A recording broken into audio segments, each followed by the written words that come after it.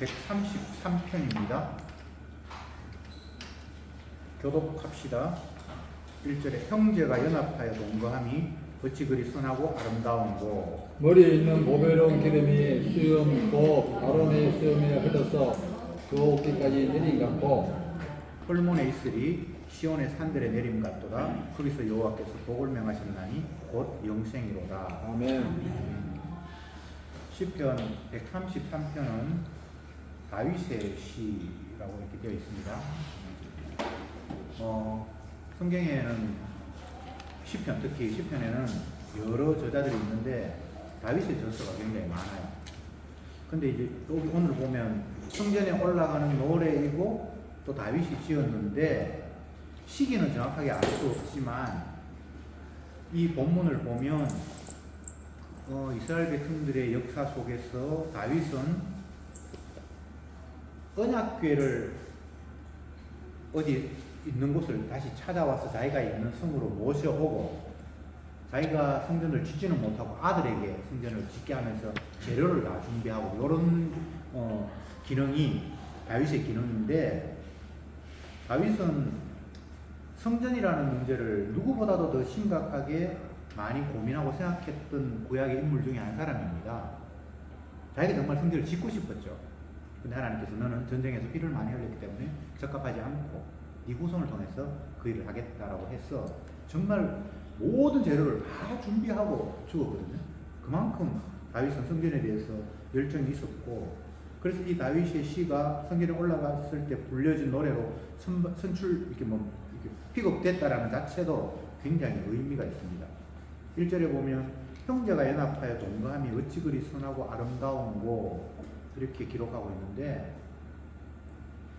다윗이 처음 왕이 되었을 초기에는 12지파 전체가 다 다윗을 지지하는 것은 아니었습니다.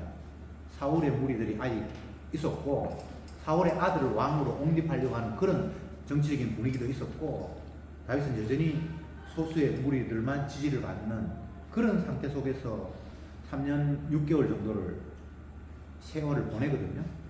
그리고 이제 모든 사람들 다 통합해서 정치에 들어가는데, 처음에 왕권을 제대로 잡지 못했을 3년 6개월 동안은 왕이지만 아직 지지를 못 받으니까 크게 힘을 못 썼는데, 이제 3년 6개월이 지나서는 그야말로 온 백성들이 다 다윗을 왕으로 이제 지지를 하고, 그때 제일 먼저 한 행동이 언약궤를 찾아서 다윗 자기가 있는 성으로 모셔오는 일이 첫 번째 일이었습니다.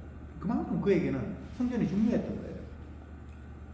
근데 형제가 연합해서 동거한다라는 이 표현, 형제가 연합하여 동거함이 어찌 그리 아름다운고, 그러니까 이것은 언약궤를 모시고 오고 온 백성들이 이제 성전 중심으로 하나가 된 그런 상태를 다윗은 노래하고 있습니다. 그전에는 하나가 되지 못했고 지파별로 막 서로 나눠져 있고, 옛 임금 사울 편을 지지하는 사람이 있었고, 그 아들 왕을 지지하는 사람이 있었고, 다윗 편을 사람도 있었고, 나라가 막 분열되어 있고, 언약궤도 어디 한쪽 구석에 숲에 처박혀 있고, 이런 상태였는데 언약궤를 모시고 오고 온 백성이 하나가 되었을 때 이 고백, 형제가 연합하여 동거함이 어찌 그리 선하고 아름다운고. 다윗의 입장에서 이 표현은 정말 놀라운 거예요. 우리가 생각할 때는 그냥 큰 의미가 없는데, 분열된 나라가 언약궤를 중심으로 하나가 되고, 이제 멀리 있는 형제들이 성전에 찾아와서 하나님께 예배를 드리러 오고, 이런 상태가 연합되어서 하나가 되었다는 표현입니다. 그런데 이것을 성경에 기록한 이유는 다윗의 개인의 경험이 아니라 결국 장차 오실 예수님에 대한 내용을 예언한 거잖아요. 그렇게 예수님께서 십자가의 피 흘림으로 말미암아 그 피로 하나 된 형제, 이것을 에베소에서는 그리스도로 하나 된 그런 아름다운 모습을 표현하고 있고, 그것을 교회라고 표현하고 있는데, 그 내용까지를 다 담고 있습니다. 형제가 연합하여 동거함이 어찌 그리 선하고 아름다운고. 우리는 연합이 사람과 사람이 서로 불편한 어떤 요소들을 해소하고 내가 양보할 거 양보하고 받아낼 거 받아내고 협상해서 연합할 수 있다라고 생각을 하는데, 이게 성경에서 형제 연합은 인간들끼리 양보하고 받아들이고 해서 된 연합은 아니고요. 주님의 피 흘리심으로만 하나 될 수 있습니다. 그러니까 성도는 다 느낄 거예요. 내가 주님의 피로 용서받았고, 어떤 낯선 분이 똑같이 예수님의 피로 용서받았다고 고백하고 할 때에 그냥 그 친밀감이라는 것은 이루 말할 수 없어요. 그냥 보고 싶고, 멀리 떨어져 있어도 저분이 형제라고 느껴지면, 주님의 피 안에서 씻음받은 사람이라고 느껴지면, 그냥 이거는 육적인 친밀함을 떠나서 그냥 막 그립고 보고 싶고, 저분은 어떻게 해서 주님 앞에 왔는지가 궁금하고, 그냥 그렇게 되는 거예요. 그게 이제 피로 주님께서 하나 되게 만든 거죠. 이건 사람들끼리 협상해서 타협하고 양보하고 그런 거 아닙니다. 십자가 마을에서 성도들이 뭐 모임도 가지고 지역 모임도 있고 한데, 어떻게 연락이 되어서 누구가 막 복음 안에서 기뻐하고 있다 이런 소리 들으면 그냥 보고 싶은 거예요. 어떤 사람은 수련회를 1년에 뭐 2번 하는데 좀 더 자주 했으면 좋겠다라고 말하는 사람이 있어요. 보고 싶은 거죠. 피 안에서 같은 형제들을 같이 말씀 안에서 교제하고 싶고 나누고 싶고, 그건 취미, 나이, 직책, 뭐 삶이 어떻게 살아왔는지 하고 아무 상관이 없습니다. 그냥 주님 하나 되게 하시길 그냥 좋은 거예요. 대구에 가면 대구 성경 공부를 한 달에 2번 하는데, 제가 거기 가면 78세 정도 된 권사님 한 분 계시는데, 끝나고 이제 밥 먹고 2차로 이제 찻집에 가서 막 대화를 하거든요. 그러면 얼마나 행복한지 몰라요. 그분하고 저하고 또 다른 몇몇 분 있지만, 78세 된 할머니하고 저하고 언제 본 것도 아니고 돈 쓰러 꽂은 것도 아니고 아무것도 아닌데, 그냥 복음 때문에 만나서 그걸 이야기하는데 너무너무 행복한 거예요. 그게 형제가 연합하여 동거함이고요. 그게 어찌 그리 선하고 아름다워. 이거 주님 보는 관점이에요. 주님이 자기 피로 하나 되게 하셨으니까 그 하나 된 자들이 서로 동거하는 모습이 주님 보실 때는 너무나 행복하고 아름다운 그런 모습을 다윗의 입을 통해서 성경은 이야기하고 있는 거예요. 2절에 보면 머리에 있는 보배로운 기름이 수염 곧 아론의 수염에 흘러서 곱기까지 내림 같다. 형제가 동거하는 것이 아름답고 행복하게 보이는데, 그것을 어떻게 형상화하고 있는가 하면, 아론은 대제사장이잖아요. 머리에 기름을 부어서 그 기름이 흘러서 수염을 거치고 옷깃에 등같이 그렇게 아름답다. 근데 이제 우리가 생각할 때 이 아름다움의 모습을 이런 식으로 표현한 게 좀 독특하잖아요. 아름답다고 이야기했을 때는 뭐 풍경이 아름답다든지, 아니면 뭐 사람 같으면 이목구비가 또렷해서 아름답다든지, 또 아니면 건축물이 너무나 잘 이렇게 지어져서 아름답다든지, 이거는 이제 아름다움일 수 있는데, 여기에서는 아름다움이 좀 생소해요. 아론이 머리에 기름을 부어서 그 기름이 흘러내리는데 수염을 타고 내리고 어깨에서 이렇게 다 적시는 게 아름답대요. 이것도 참 독특하죠, 그죠? 어느 누가 아름다움을 이런 식으로 표현했겠습니까? 기름 샤워하나? 그게 그렇게 아름답나요? 여기는 의미가 있겠죠. 다윗이 이런 것을 이야기하는 의미가 있겠죠. 제가 말씀을 드렸습니다만, 다윗은 성전에 대해서 너무나 관심이 많았습니다. 왜? 복음을 깨달았으니까. 그리고 하나님께서 그를 통해서 성전의 일을 하게 하셨으니까. 다윗 이전에는 성전이 온전히 지어지지 않아서 회막으로 떠돌아다니면서 이렇게 다녔고, 원래는 실로에 성전이 머물러 있었는데, 텐트의 성전이 회막이 머물러 있었는데, 블레셋과의 전쟁에서 빼앗겼다가 다시 돌아왔다가 뭐 그 가운데 여러 가지 문제가 생겨서 이렇게 시골에 어디 처박혀 있었습니다. 그래서 다윗이 왕이 되고 정권이 안정되고 난 이후에는 그 성전을 빨리 모셔와서 제대로 제사가 집행이 돼야 되겠다 싶어서 수소문해서 성전을 그 언약궤를 다윗이 있는 다윗성으로 모시고 오고, 그리고 성전을 지으려고 했는데 자기는 직접 짓지 못하고 아들에게 넘겨주는 과정에서 건물을 재료를 모집하고 이런 성전에 대한 너무나 중요성과 그것을 어떻게 하기 위해서 안간힘을 쓰는 다윗의 입장에서는 제사장이 머리에 기름이 부어지고 제사장이 머리 위에 기름 부어지는 것은 이제 위임식 할 때 너 이제 제사장으로서 내가 임명해 할 때 이제 머리에 기름을 붓거든요. 그래서 첫 번째 제사장이 아론이잖아요. 그렇죠, 그죠? 그게 대제사장이기도 하고 첫 번째 제사장이기도 하고 그가 하나님 앞에 사명을 받아서 기름을 머리에 붓고 예수님도 기름 부음 받은 자라는 뜻에서 그리스도라고 이름이 지어졌잖아요, 그죠? 그러니까 아론의 머리에 기름 부음은 장차 오실 예수 그리스도의 모습을 이미 담고 있는 거예요. 성경은 다 예수님 이야기하는 거니까. 그러니까 다윗 입장에서는 장차 오실 예수님 기름 부음 받으시고 기름 부음 받는다는 말은 또 기름을 붓는 자가 돼요. 기름을 부음 받는다라는 건 사명을 받았다라는 것이고 구약에서는 새 직분을 임명할 때 기름을 붓는데 제사장을 임명할 때 기름을 붓고 왕에게 기름을 붓고 그 다음에 선지자에게 기름을 부어요. 다른 데는 기름을 부어서 임명하는 게 없습니다. 그 새 직분에만 기름을 부어서 임명을 하는 거예요. 다윗도 기름 부음을 받았어요. 사무엘을 통해서. 왜냐하면 왕이니까.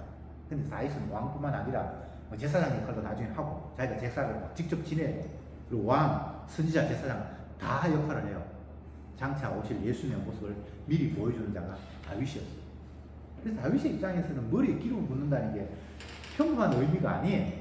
이건 너무나 놀라운 일이고 너무나 감사한 일이고 너무나 감격스러운 일이에요. 그래서 그게 아름다운 거예요.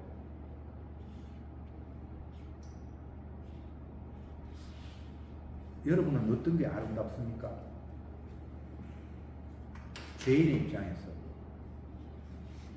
예수님이 어떤 분인지 깨달아졌고 예수님과 나의 관계성 속에서의 아름다움은 주님의 희생으로 말미암아 내가 죄 사함 받고 내 허물과 죄가 덮여지고 이런 관계가 그냥 행복하고 아름다운 거예요. 이건 뭐 성형수술에서 콧대 세워서 아름다운 그런 게 아니고 인간의 모습은 죄로 오염이 되어서 너무나 더러워서 이사야 같은 선지자는 성전 안에서 자기 모습을 발견하고 기절하듯이 화로다 나의 망하게 되었도다. 이 표현이 우리식 표현은 아니고 하지만 의미는 주어지죠, 그죠? 내 꼬랑지가 이렇구나, 내가 완전히 망했네, 그런 의미잖아요. 모든 인간들이 주님 앞에서의 자기 모습이 들키웠을 때에 정말 좌절할 수밖에 없고 내가 이 정도로 지저분한 사람이었구나라고 깨달아졌을 때에 베드로 같은 사람, 주님, 거룩하신 주님, 이 죄인하고 함께 할 수 없습니다. 나를 떠나서. 이런 거나 이런 표현이나 다 같은 의미잖아요. 그렇게 깨달아진 자에게 아름다움은 주님의 사랑과 용서로 나의 허물이, 더 정확하게 이야기하면 주님의 보혈의 피로 내 더러움이 덮여질 때에 그 관계가 진정으로 아름다운 거예요. 그런 것들을 다 깔고 머리에 있는 보배로운 기름이 수염, 곧 아롬의 수염에 흘러서 그 옷깃에 내림 같다. 그 아름다움이 표현이 진짜 놀랍죠. 머리에 있는 보배로운 기름, 그냥 기름이 아니고 보배로운 기름, 보혈이 여기는 기름이 뿌려진데 신약에서는 예수님의 피가 기름이 되어서 우리에게 뿌려졌을 때 그게 쫙 흘러내려서 그게 너무나 아름답다. 이것은 예수님의 희생을 온 몸으로 보여주는 그림이기도 하고 또 그 희생을 통해서 우리의 허물과 죄가 덮여지는 죄인의 모습이기도 하고 그 모두가 이 이야기 속에 다 담겨 있는 거예요.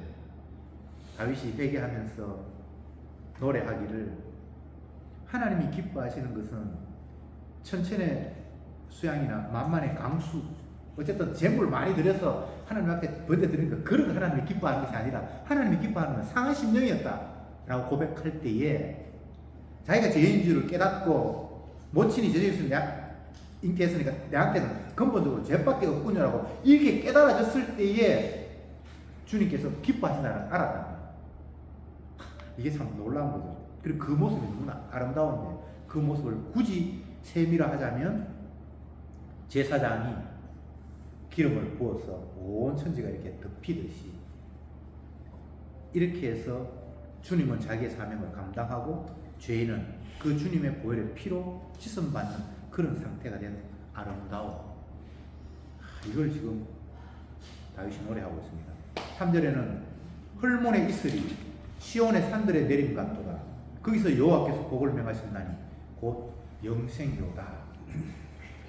지금 시작에서는 형제가 연합하여 동거하는 것이 너무나 아름답다라고 이야기하고 그 아름다움을 표현하기를 대제사장인 아론이 주님 앞에 사명을 받기 위해서 머리에 기름이 부어져서 그 기름이 얼굴을 타고 수염에 내려서 온 깃을 덮는 것처럼 아름답다 이렇게 이야기를 했고 그 모습을 이제는 자연 환경을 통해서 다시 아름다움으로 번져가는데 헐몬의 이슬이 시온산에 내림 같도다.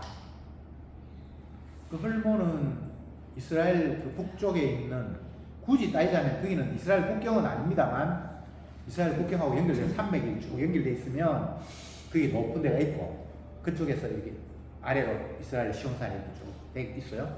그리고 그러니까 헐몬에 있는 이슬이 시온산에 이렇게 쭉 내림 같다. 이 말을 조금 더 이해하기 쉽게 우리식으로 한번 표현해 보면 백두산의 전기가 한반도로 이렇게 착 타고 내려온다. 이렇게 이해하면 됩니다. 무슨 말인지 의미가 새겨지죠? 헐몬산은 레바논에 있는데 이스라엘 국경에 있는데 굉장히 높은 산맥이 있어요. 그 산맥이 쭉 해서 이스라엘 예루살렘까지 이렇게 내려오거든요. 그쪽에서 이슬이 쫙 하늘에서 내리면 위에서 아래로 이렇게 쫙 이렇게 내려오는 것 같이 아름답다라는 거예요. 마치 은혜가 위에서부터 아래로 이렇게 쫙 쏟아지는 것처럼 아론의 제사장의 기름 부음이 머리에 부어져서 수염을 타고 이렇게 쫙 내려오는 것처럼 헐몬의 높은 이슬이면 은혜일 수도 있고 사랑일 수도 있고 주님의 복일 수도 있고 그것이 어떤 높은 지역에 탁 내려서 이 이스라엘 백성들이 있는 시온산 아래로 쫙 내리는 같이 아름답다 이렇게 표현해 놓고 마지막에는 거기서 여호와의 복을 명하신다니 곧 영생이로다. 복이 영생이죠. 주님과 더불어 사는 것. 지옥에 영원히 사는 것은 복이 아니고 주님과 더불어 영원히 사는 것. 그걸 여기서 영생이라고 했는데 그게 복이라는 거예요. 그걸 주님께서 명하셨다는 거예요. 우리는 이 땅을 살면서 자꾸 눈에 보이는 걸 가지고 가치를 논하고 의미를 부여하고 그것에 자꾸만 매우게 돼요. 차 타고 이쪽으로 오면서 권사님이 자기가 텔레비전이 너무 재밌어서 그쪽에 막 빠져들어갔는데 요즘은 뭐 어떨 때 좀 재미도 없기도 하고 그렇게 하다 그러면서 뭔가 하나에 빠지면 다른 걸 못하는 그런 상황이 되더라. 이제 이런 말씀을 하셨는데 모든 인간은 다 그렇습니다. 어디에 관심을 가지면 다른 데는 관심을 가질 수 없잖아요. 인간의 구조가 그래요. 땅에 관심이 있으면 다른 데에 관심을 둘 수가 없어요. 나에게 관심이 있으면 타인에게 관심을 둘 수가 없어요. 오늘 본문에서 다윗의 관심은 형제가 연합해서 하나가 되는 것이 너무나 아름답게 보이고 또 그 아름다움은 대제사장 아론이 사명을 받기 위해서 머리에 기름이 부어져서 온 몸을 적시는 것과 같은 아름다움이고 그것을 또 다른 걸로 하면 헐몬산에서 이슬이 내려서 시온으로 이렇게 내린 것 같고 그것은 여호와께서 복을 말씀하신 것인데 곧 영생을 보여주는 것이다. 이렇게 말씀하셨습니다. 여기에는 땅의 것이 아무것도 없어요. 내 아들이 잘 돼야 되는데 뭐 이런 것도 없고 내가 건강하게 살아야 되는데 이런 것도 없고 굶주림을 어떻게 하면 해결할까 이런 땅의 문제가 하나도 없어요. 물론 다윗이 땅의 문제에 전혀 관심을 갖지 않으면서 살았다라고는 말할 수 없겠지만 정작 성도에게 있어서 중요한 것, 의미 있는 것, 가치 있는 것들은 땅에 있는 것은 아닌 것 같아요. 우리는 오전 성경 공부 시간에 보았듯이 장애인을 데리고 있는 부모, 그리고 예수님이 왕이 되면 한 자리 차지하겠다고 생각했던 제자들, 이런 사람들의 모습들을 통해서 그들은 영생을 주기로 이 땅에 오신 우리의 죄를 덮으셔서 의롭게 만드실 그분에 대해서 관심을 갖기보다는 땅의 문제, 육의 문제를 가지고 예수님과 연관시키면서 그것을 해결해 주실 분으로 기대했잖아요.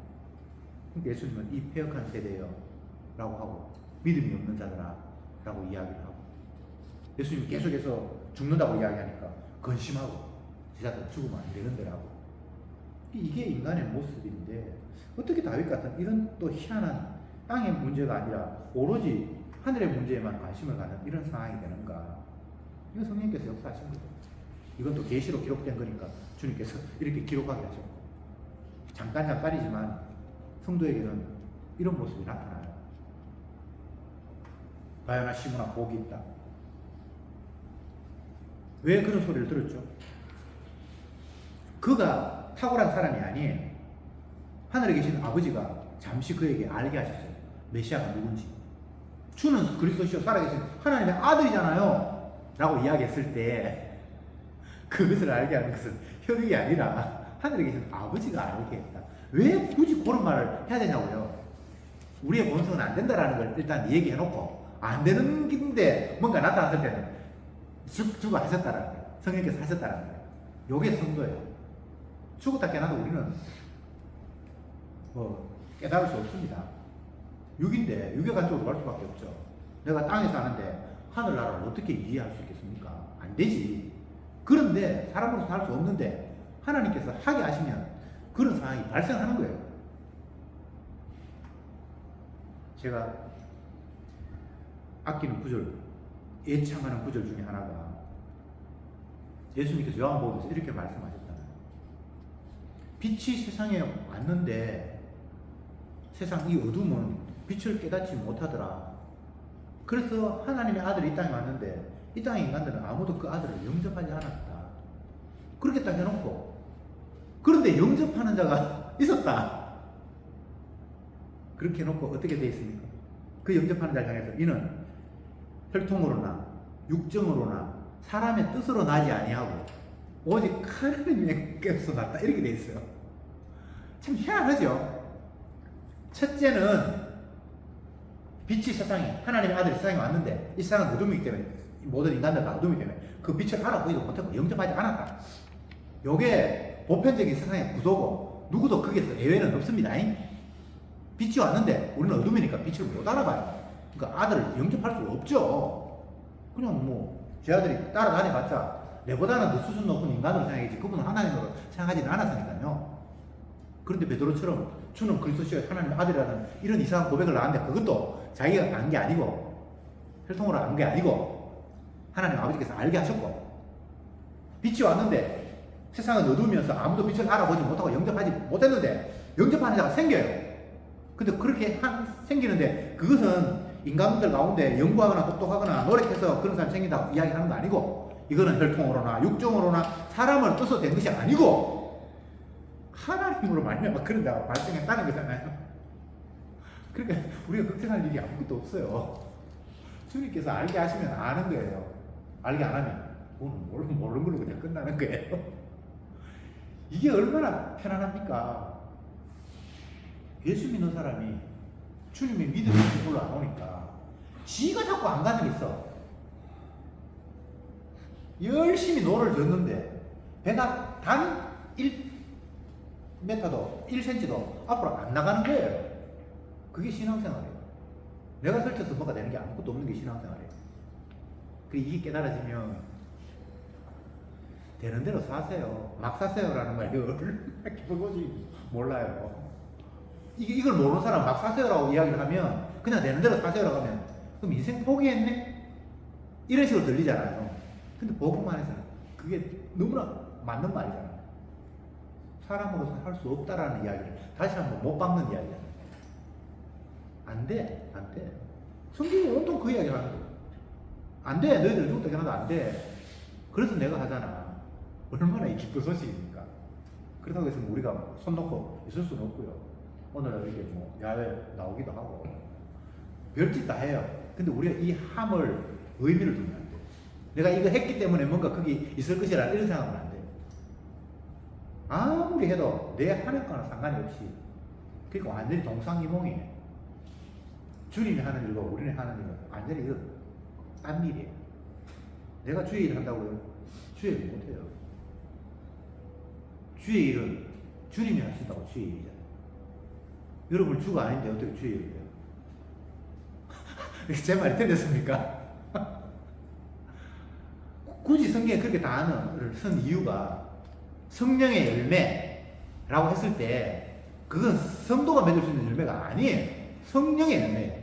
하늘 아버지께서 알게 하셨다. 혈통으로나 육종으로나 사람으로 뜻으로 안 된다라는 말을 하기 위해서 성령의 열매라고 했어요. 성령은 하나님이잖아요. 하나님의 열매인데 왜 인간이 내가 맺어? 그런 시금방지인 일이 있습니까? 성령의 열매. 제가 중학교 다닐 때 성경 퀴즈 대회하고 그런 거 할 때 다 외웠어요. 성령 열매는 사랑, 희락, 화평, 오래 참음, 자비, 양성, 충성, 온유, 절제. 중학교 때 외운 게 아직도 아니죠. 그때는 뭣도 모르고 상 받으려고 막 외웠단 말이죠. 뭐 10편, 23편, 고린도전서 13장, 뭐 고린도전서 15장, 부활장, 사랑장 뭐 이런 거 막 외우게 했거든요. 그리고 수련회 같은 데 가면 성경 구절 안 외우면 밥을 안 줘요. 그래서 열심히 외우고 그때는 밥 먹으려고 했는데 지금 생각해보면 여기 주님의 은혜 같아요. 그 말씀이 탁탁 어떨 때는 떠오르거든요. 제가 머리가 좋은 것도 아니고 어떨 때는 하나님께서 기억하게 하시니까 기억나니까 그게 또 감사하고 우리는 어떤 경우에도 내 힘으로 할 수 있는 것은 아무것도 없습니다. 그래서 내가 하나님의 일을 한다거나 우리가 성령의 열매를 맺는다거나 이거는 있을 수 없는 일이에요. 베드로가 어떻게 하나님을 알아봐요? 베드로는 어둠인데 그런데 알아보는 일이 잠깐 입에서 튀어나오고 하는 일이 있다고 성경이 이야기하고 있잖아요. 그래서 그것은 내가 한다. 주님께서 너희들 하는 거 아니다. 그리고 우리는 주님만 바라볼 수밖에 없어요. 인간 쳐다봐야 훌륭한 목사, 뱅갈 쳐다봐야 인간은 안 되고요. 아, 주님이 이렇게 일하시는구나. 이스라엘 백성들이 출애굽하면서 계속해서 땅의 문제에 관심을 가지면서 이러다가는 우리가 다 굶어 죽겠는데 적들이 나타나는데 우리는 무기도 하나도 없고 뭐 온갖 불평을 다 하는 거예요. 그게 우리의 모습이니까. 그 주님이 위기 때마다 뭐라고 이야기합니까? 너희는 가만히 있어서 여호와께서 일하시는 걸 보라. 이게 여러 번 반복이 되고 있거든요. 왜 너희는 가만히 있어서 여호와의 일하시는 걸 보라고 합니까? 인간의 힘으로는 방법이 없어요. 예를 들어 볼까요? 애국은 탈출했어. 이제 가나안 땅으로 가기 위해서 가려고 가는데 앞에 바다가 놓여 있어. 바다를 60만, 200만 되는 사람이 애도 있고 어른들 뭐 수영수 할 수 있는 사람한테 막 건너간다 칩시다. 물론 건너갈 수 있는 바다도 아니지만 하나님이 일부러 골로 인도한 거예요. 하나님이 인도하셨어요. 근데 막다른 골목으로 바다도 못 건너는데 뒤에 또 보내준 적들이 말 타고도 칼 들고 따라와요. 그러니까 미치는 거지. 하나님이 인도하셨으면 탄탄 내려가 열려야 되는데 인간이 어떻게 할 수 없는 곳으로 딱 몰아놓고 막 주님을 원망을 하니까 주님이 하시는 말씀이 너희는 가만히 있어서 여호와의 일하심을 보라. 자기들은 계속해서 자기가 뭔가를 해야만 문제가 해결되겠다고 생각을 하는데 도저히 어떻게 꼼짝도 못하는 환경으로 딱 몰아놓고 꼼짝마 가만히 있어. 내가 문제 해결할게. 그래서 주님이 바다를 길을 갈라고 걷게 하십니다. 이게 주님의 인도하시는 방법이라 이 말이죠. 사람으로서는 할 수 없으되 내가 한다. 이게 막 계속 주님 우리에게 하시는 이야기예요. 너희들 제발 좀 무능을 인정해라. 너희들 열심히 해봐야 그건 오히려 내일을 방해하는 일이야. 그냥 가만히 있어. 근데 우리는 가만히 안 있잖아. 내가 방금 설치잖아. 그러니까 주님께서 그래 설치는 거 좋은데 어떨 때는 완전히 코너를 몰아세워서 앞으로도 못 가고 뒤로도 못 가는 그런 적 앞에 바다가 딱 놓여있는 그런 식으로 우리를 코너로 몰아붙이는 거야. 그럼 이제 두 사람 두발 다 들죠. 뭐 방법이 없으니까. 그런데 주님이 또 일을 해결해요. 내 방법이 아니에요. 그 해결하는 방법을 내 어려운 문제를 해결한다고 그렇게 생각하지 마세요. 이스라엘 백성들이 앞에 바다가 놓여있고 뒤에 적들이 따라오고 그런데 바다가 갈라지는 것은 그들을 살리기 위함이 아니라 하나님의 약속, 아브라함이 약속했던 그 가나안 땅이 너와 내 후손에게 주리라는 그 약속이 이루어지기 위해서 갈라지는 거지 그 사람 살리기 위해서 한 거 아닙니다. 오해하면 안 돼요. 내 어려운 문제 하나님 해결해 줬다 그런 게 아니고 주님이 계획하신 바가 있었는데 그게 그냥 내가 어떻게 할 수 없는데 주님이 하시네 이렇게 된다. 내 문제 아닙니다. 내 입장에서 문제 해결해 주다 그렇게 생각하지 마세요. 그건 말도 안 되는 거예요. 주님이 우리를 위해서 일하는 분이 아니에요. 자기 영광을 위해서. 이 백성은 내가 나를 위하여 지었나니 나의 이름을 찬송하게 하야 돼요. 그 문장 안에는 온통 예수님 하나님 자기밖에 없잖아요. 이 백성은 내가 나를 위하여 지었나니 나의 이름을 찬송하게 하야 돼요. 그게 나 하나님 자신이잖아요. 우리를 위한 게 없습니다. 피조물을 위한 게 없습니다. 구원이 피조물을 위한 구원이 아닙니다. 주님의 자기 이름 자랑하는 거예요. 이게 성경의 이야기인데 우리는 예수님한테 내 영광을 구하고 있잖아요. 내 배부르기를 원하고 내 자녀 잘 되기를 원하고 내 어려움 해결해 달라고 원하고 그러니까 주님께서 이 믿음이 없고 폐역한 세대라는 소리를 들을 수밖에 없죠. 다시 본문으로 돌아갔어요. 형제가 연합하여 동거함이 어찌 그리 아름다운고 이 형제의 동거, 연합은 주님의 희생과 피로 만들어진 거라고 제가 말씀을 드렸습니다. 이 모습을 다르게 표현했을 때는 대제사장인 아론이 하나님 앞에 사명을 부여받기 위해서 머리에 기름을 부어줘서 온 몸에 적셔진 아름다움과 똑같다라고 이야기를 하셨습니다.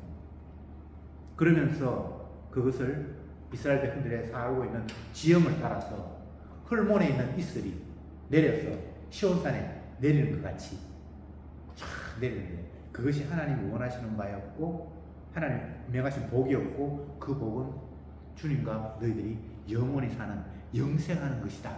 영생을 약속한 내용이다 라고 이야기했다 이 말입니다. 성도에게 복은 주님과 더불어 영생하는 것 그것을 우리는 고정시킵시다. 다른 걸 우리가 복으로 규정하지 맙시다.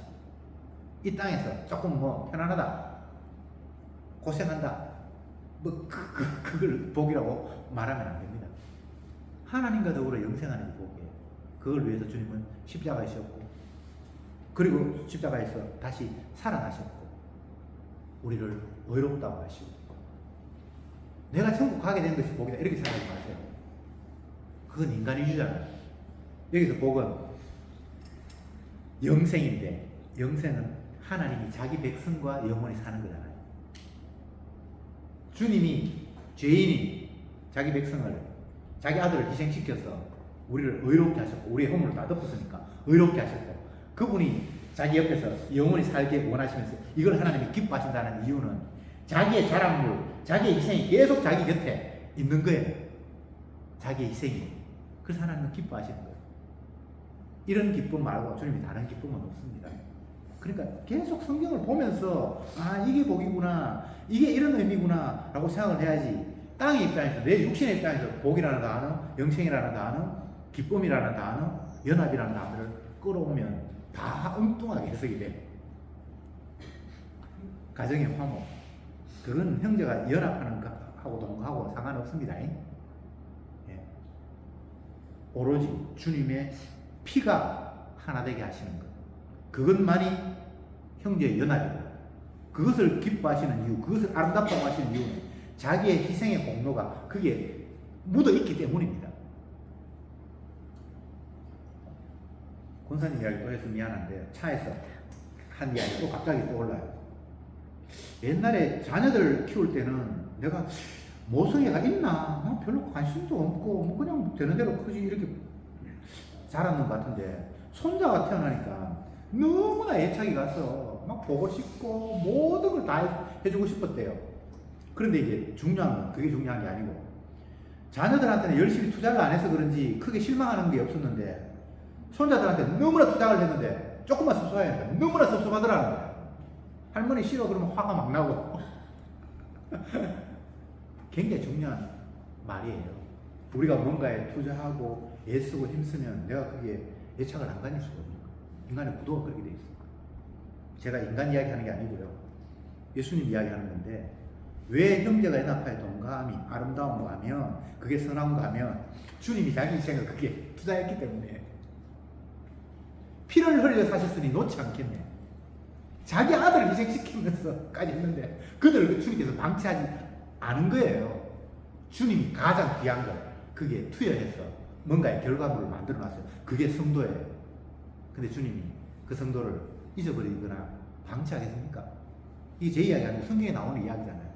그 아들을 죽기까지 내어주신 분이 우리의 다른 것에 그냥 무관심하겠나라고 성경이 나와 있잖아요. 그걸 믿는 게 성도고 그 믿음 가지고 주님 앞에 감사하며 찬양하는 것이 저희가 살아있는 이유입니다. 기도합시다. 형제가 연합하여 동감이 어찌 그리 선하고 아름다운고. 주님, 우리는 누구와 연합한다라는 것이 있을 수 없습니다. 인간의 방법으로 만약 연합이 되었다면 그것은 하나님께서 만드신 형제는 아닌 줄 믿습니다. 오로지 주님의 피 흘림으로만 하나가 되게 하시고 형제 만드시는 그 주님의 능력은 인간은 도저히 개입할 수 없는 능력이며 오로지 주님의 희생으로만 가능한 일이기에 그것은 너무나 아름다운 연합이고 주님 보시기에 기뻐하실 수밖에 없는 연합이라는 사실을 오늘 성경 말씀을 통해서 다시 한번 생각했습니다. 주님의 희생이 담겨있는 그 형제들에게 온전히 주님의 희생만을 서로 보여주면서 그 주님을 찬송할 수 있도록 저들을 날마다 인도해 주시옵소서. 다른 아름다움으로 생각하는 것이 아니라 오로지 주님의 피로 만든 그것만이 진정한 아름다움임을 날마다 삶의 현장 속에서 깨닫는 저들이 되게 하옵소서. 예수님의 이름으로 기도드리옵나이다. 아멘.